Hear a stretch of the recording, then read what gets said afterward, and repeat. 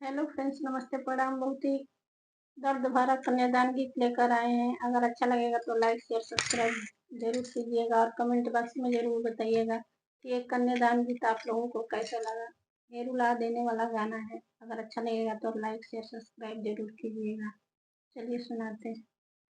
जंघिया बैठावेले बेटी के पापा, अरे बेटी के पापा, अरे करेले बेटी कन्यादान रे लालनावा, अरे करेले बेटी कन्यादान रे लालनावा।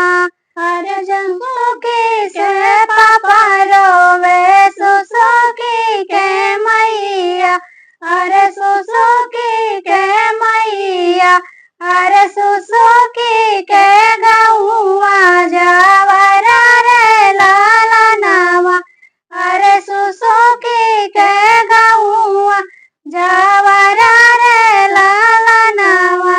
अरे आजू के दिन हम बेटी दान कइलो, अरे बेटी दान कइलो, अरे आजू बेटी भइली पराया रे लालनावा, अरे आजू बेटी भइली पराया रे लालनावा। अरे भोरा तो छोड़ी बेटी जाई है ससुरावा, अरे जाई है ससुरावा, अरे काला से होई है सपनवा रे लालनावा, अरे काला से होई है सपनवा रे लालनावा।